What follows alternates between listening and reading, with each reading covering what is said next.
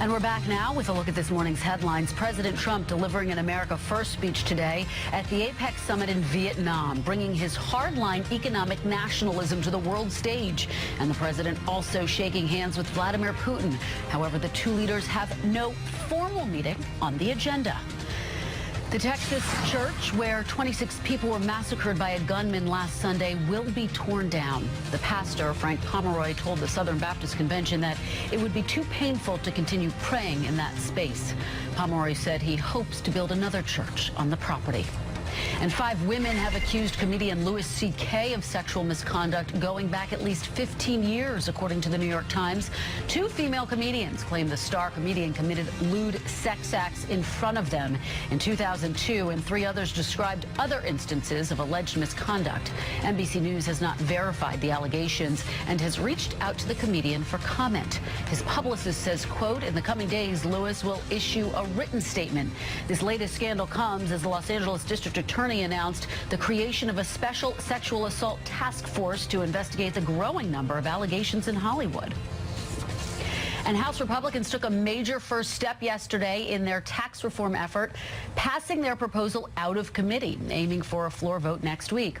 But that House bill breaks with the new Senate version in significant ways. MSNBC's Garrett Hake is on the Hill to break all of the differences down for us. So, Garrett, what are the major sticking points here?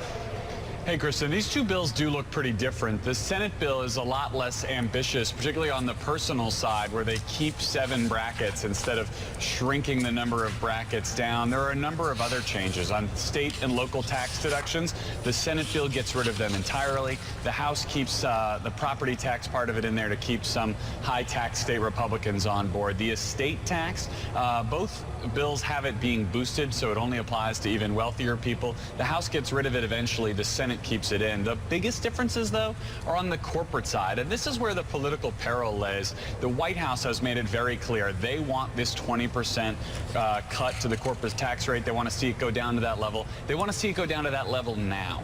The House bill does that. The Senate bill delays it. The Senate has to work under those much stricter $1.5 trillion cap on how much this whole thing can cost if they want to pass it with just 50 votes. And that reality is playing out on the Senate side. They've got to figure out a way to make this thing a little bit cheaper, and that delay seems to be where they've put this. But, Kristen, it's looking increasingly likely like the 2 houses are going to go ahead and pass bills that look very different, or at least they're going to try to pass these bills that look very different, and then fight it out in conference committee, because they are not really drawing a lot closer to harmonizing these things in this process. It seems like both houses want to pass what their members can deal with and then fight it out down the line, delay those ugly fights as long as possible. And Garrett, when you look at all of those differences that you just laid out very well, it sort of underscores the steep hurdles ahead. I've been talking to folks at the White House. They say, look, we still want this done by Christmas, as the president has said. I'm wondering if privately folks there on Capitol Hill are telling you that might be unrealistic at this point. Well, it was interesting. When the bill came out yesterday, I was talking to Ted Cruz about it, and, you know, he talked about the idea that these are differences that they would hash out in the coming weeks or months. So I think there is some realization, particularly on the Senate side, where, look, things always move slower in the Senate. The Senate's not good with fast deadlines. It's just not how they operate, that this thing could take time. I think the Senate is also the body that's under the most pressure to pass something. Anything, because right now they're the ones who look like they're the roadblock to the president's agenda. So, yeah, I do think the timeline here is the thing that's most likely to slip. But Republicans are neck deep in this, and I don't see them failing to pass something that they can call a tax cut or tax reform, simply because they know that they are politically up against a wall here. They've got to have something to show for being in charge of Washington, D.C. for the last year. Great point. Garrett Hake, great reporting. As always, thank you very much, my friend. Appreciate it. Thanks, Kristen. And our own Jacob Soboroff is revisiting with some Latino Trump supporters in Las Vegas to see how they're grading President Trump after 1 year after the election. Why many are still giving the president high marks. That's when we come back after a quick break. Stay with us. President Trump's rhetoric on immigrants was expected to doom him on Election Day in 2016, especially with Latino voters, after demonizing Mexico and Mexican immigrants. MSNBC's Jacob Soboroff tested that theory about a month before the election. He visited a Las Vegas Spanish-language talk radio show and found a lot of support for candidate Trump. And while Trump did not win Nevada, he did get 29% of the state's Latino voters. Now Jacob is back in Nevada to see if those voters have any buyer's remorse. Tenemos aquí con nosotros a Jacob Soboroff. Soboroff, did I say it right? Soboroff. 2 months before the 2016 election, I went on the Las Vegas radio show of Trump advisor Jesus Marquez. Our September poll showed 30% of Latino voters in Nevada would go for Trump, and we wanted to find out why. Illegal immigration is not a big issue to me. But my big issue is jobs and creating and having a better economy. It turns out our poll was right. 29% of Nevada's Latino voters did vote for Trump. Mi gente, muchas gracias por habernos acompañado. Se nos termina. So last week, I went back on Jesus' show to see how things have changed since then. We have here Jacob Soboroff. Did I say it right? You got it right. This time, 100% correct. What I want to know from you is, a year after Donald Trump was elected President of the United States, are you still happy with the way that you voted and the way that he's doing? Yes, especially in the economy. The economy is growing.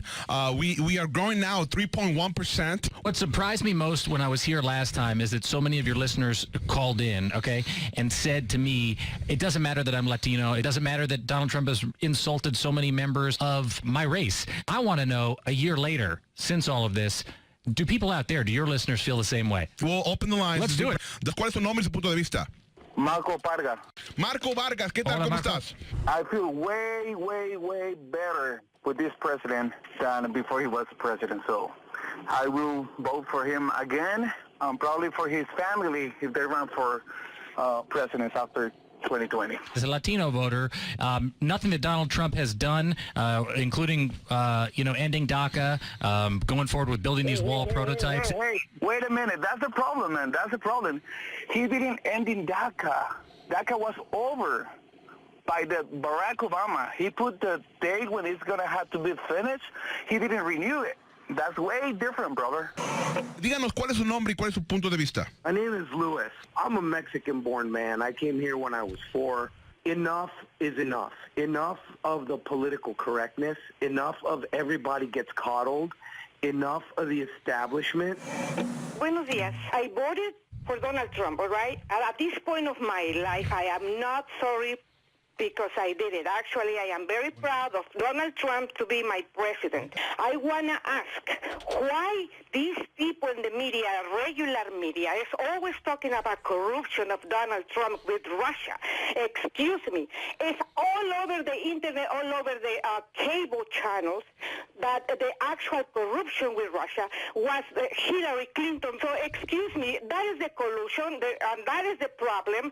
Muchas gracias, Erika. Thank you very much, Erika. You have any other questions? So what's it going to take, Jesus, for people to change their mind that supported Donald Trump in 2016? Like I said, if something comes out that it proves that he did something illegal, of course I'm not going to support any of that. But for the time being, he's good. Thanks for that report, Jacob. I always love Jacob's reporting. Now I want to bring in my guest back, Eugene Scott, national political reporter for The Washington Post, and Tim Alberta, national political reporter for Politico. Thanks, guys, for sticking around. A lot to chew on there. Before we get to what we just heard in Jacob's spot, though, I want to remind our viewers of how President Trump started his campaign. When Mexico sends its people, they're not sending their best. They're bringing drugs, they're bringing crime, they're rapists, and some, I assume, are good people. Tim, when he first spoke those words, everyone said, that's it, he doesn't have a shot. You just heard one voter there in that conversation say, I actually feel better about him now that he's in office. How do you square all of that? Well, look, it's a great reminder that the Latino community is not a monolith, electorally speaking. I think a couple of things. First, President Trump actually was elected with a slightly higher percentage nationwide than Mitt Romney was, according to exit polls. 28% for Trump, 27% for Romney, Latino voters nationwide, and I think the number was 29% in Nevada. That having been said, Donald Trump lost the state of Nevada by about 2.5 points. Now, if the exit poll is even remotely accurate at about 29% Latino voters, that's a state that is about 50-50. It's basically a majority-minority state at this point, with Latino voters playing an overwhelming part of the vote share there. If Donald Trump were to have scored even 35 to 37% of that Latino vote, then he wins Nevada. So on the one hand, I think it's valuable to hear the perspective of some Latino voters in that state who said, yes, we proudly supported Trump, we still support him. But overwhelmingly, if you're looking at 29 versus 71% who did not, you have to wonder, as he's heading towards re-election in 2020, if the president needs to build on that existing support that he established in 2012. It's a great question. And Eugene, one of the things that struck me is you heard that caller talk about DACA. He said, hey, wait a minute. The way that President Obama put it in place, it wasn't meant to last. So that voter isn't pointing the finger at President Trump. And yet here in political circles, a lot of folks thought, oh, that's going to cost him with Latino voters. Are we thinking about this in the wrong way? I certainly think so. I covered politics in Arizona during the election and before the election. And what I saw when I spoke with many voters is pretty similar to what I saw with all demographics that supported Donald Trump. People who supported Trump, who got on the Trump train, are generally going to stay on, whether they're Latino, evangelical, working class, women, college educated. And so to look at the people who backed Trump and to think that they voted primarily from a place of being concerned about how he spoke about demographics, it's not why they supported him. And I think that's what he was trying to explain. And very quickly, before we go, we had a little bit of a mini political earthquake this week. Democrats winning big in various states, but particularly Virginia and New Jersey. When you look toward 2018 and Democrats saying, hey, now we have a real shot at trying to take back the House, maybe even take back the Senate, how important are Latino voters going to be in 2018? Well, in some of these battleground states, more important than others. And in Virginia, you have a perfect example of a state that's demographically transformed over the last 2 decades, and the political transformation has been a corollary. And you're going to see that in some of the other major battleground states in 2018, where Republicans are trying to flip Senate seats, and where in some of these individual House districts, especially suburban districts outside of big cities, you have booming Hispanic populations. All right, Tim and Eugene, thank you so much for another great conversation. Really appreciate it. And as Congress moves ahead on tax reform, a number of Republican lawmakers from blue states are coming out against the bill over some state and local tax deductions being eliminated. After the break, I'll talk to New York Congressman Peter King about what the proposal would mean for his constituents, the wave of Democratic victories this week, and those new developments with the Russia investigation. Stay with us. House Speaker Paul Ryan says his chamber's tax reform proposal is exactly the type of tax cut the country needs to, quote, get back on track. But not everyone agrees, including Republican Congressman Peter King of New York, who joins us now. Congressman, thanks for being here. Thank you, Kristen. Congressman, we are going to get to taxes in just a moment, but first I have to ask you about the news of the day. Of course, Roy Moore. Given these accusations, should Roy Moore drop out? You know, ordinarily, Kristen, the person is entitled to the presumption of innocence. But in this case, the charge is so serious, and the fact that it's backed up by other women, and it's so hideous, I would say, unless he can prove his innocence, the burden is now on him within the next day or so, I believe he has to step down. He owes it to himself, he owes it to the state, and he owes it to the U.S. Senate. And just to put a very fine point on this, you're saying unless he can prove his innocence, how would he be able to do that in a day or so? Again, these are so serious, and the fact that they're corroborated by a number of women.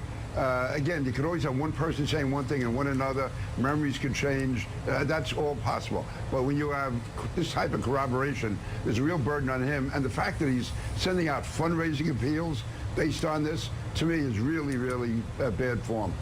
Well, let me just push you a little, because it sounds like what you're saying is that he should drop out. I mean, if you're saying he has a day to prove his innocence, which it's his word against these 4 women who are on the record, I mean, should he just drop out today, Congressman King?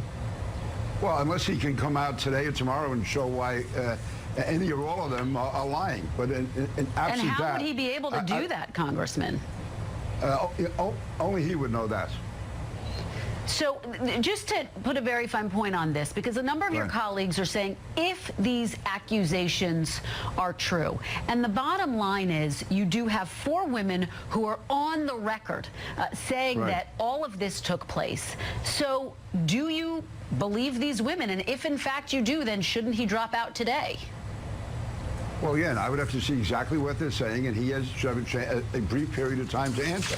But if he cannot, then he should drop out. And to me, I don't know if it matters whether it's today, tomorrow, or the next day, but he should certainly do it, I would say, within the next 48 hours, one way or the other. And very quickly, before we move on to other topics, isn't this essentially putting the GOP at risk for ethically, morally failing? You have Jeff Flake coming out who is saying to all Republicans, come on, Republicans, is this who we are? This cannot be who we are, retweeting someone who's essentially standing by Roy Moore. Isn't there a moral imperative here, Congressman King? Yeah, there is. That's why I said. That's why I'm saying I think the balance has shifted here. The burden has shifted, and it's now on him. And if he can't disprove the charges in a brief period of time, then he should step aside. These are among the most hideous crimes you can imagine. To me, this is despicable. A 14-year-old girl. I mean, it's just beyond any comprehension. Okay, and let's move on now to Russia, Congressman King, which is obviously the other big story of the day. As a member of the House Intelligence Committee, I want to get your take on our latest reporting about the special counsel, which effectively found that Michael Flynn was setting up a deal as the incoming national security advisor. Special counsel's looking into this to potentially remove a rival of the Turkish leader. What do you make of that, and does that in fact pose a threat to national security? Well, several things. One, this has not yet come before the Intelligence Committee, so I have no inside information on it. Secondly, if these allegations are true, then obviously you're talking about a very serious crime. Now, I've known General Flynn over the years. He was head of the Defense Intelligence Agency. He testified before a committee. He was ahead of most people on ISIS as far as knowing the true danger. But again, if these allegations are true, then they're extremely serious. And again, I'm not saying they are true because we don't know that yet. This is being leaked out. And I do say the fact that you have information, if this is coming from the special prosecutor's office or the special counsel's office, that could be a crime in itself. So again, I don't like the idea of prosecutors leaking out information. Maybe it's done to intimidate, maybe it's done to put pressure on people, and then it could be done, to hurt the president on his trip. So I would say that, excuse me, no, I would say that, again, if the charges are at all true, then General Flynn certainly has to defend himself, and they are extremely, extremely critical. And Congressman King, before we move on to taxes, is he cooperating with congressional investigators? Is General Flynn? Yes. We have not called General Flynn in yet, and I don't know what the schedule is. Basically, this is being coordinated between the Republican and the Democratic leadership in the House, and I'm not certain when General Flynn is coming in. We've heard most of the key witnesses, but not General Flynn. All right, and let's move on to tax reform now. Obviously, your big concern is the fact that there's the possibility of scrapping these state and local tax deductions. In fact, the Senate bill scraps them immediately. What do you want to see? What would allow you to support this piece of legislation? The only way it could even be considered would be if the full property tax deduction was restored and if the state income tax was restored. Other than that, this is going to be a tax increase on my constituents. First of all, they'd be losing two major deductions that have been in the tax code for 104 years. That's the property tax and the state income tax. And New York is a donor state. We give more money to the federal government than we get back. Every dollar we give, we get 79 cents back. So we're subsidizing the rest of the country anyway.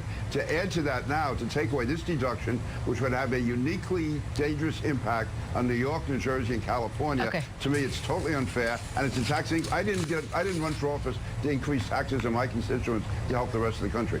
Congressman King, very quickly before I let you go, yes or no, will President Trump be a drag on the party in 2018? No, I don't think so. No, listen, I support President Trump in many areas. I disagree in others. But as far as a drag, that's up to us to get reelected ourselves. All right, Congressman Peter King, thanks so much for being here this morning. Really appreciate it. Thank you. We'll be right back. What's the secret to turning a no into a yes? Do you know how to network like a champ? And when is a good time to have some fun in the office? I'm JJ Ramberg. I've got some great answers to all of these questions, which might help you run a better business. Check out the Your Business page on NBCnews.com for an exclusive